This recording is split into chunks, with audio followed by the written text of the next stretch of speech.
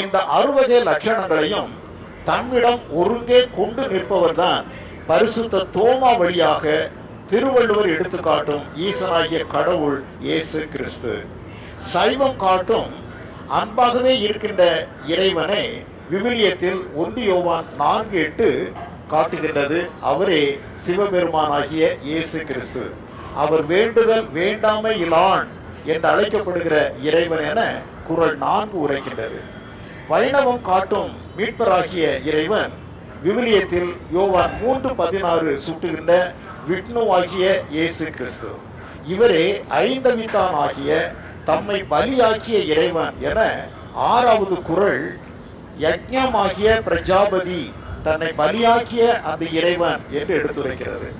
சாத்தம் காட்டும் சர்வ வல்லவராகிய இறைவன் எபிரேயர் 1:3 காட்டப்படுகின்ற சக்தியாகிய இயேசு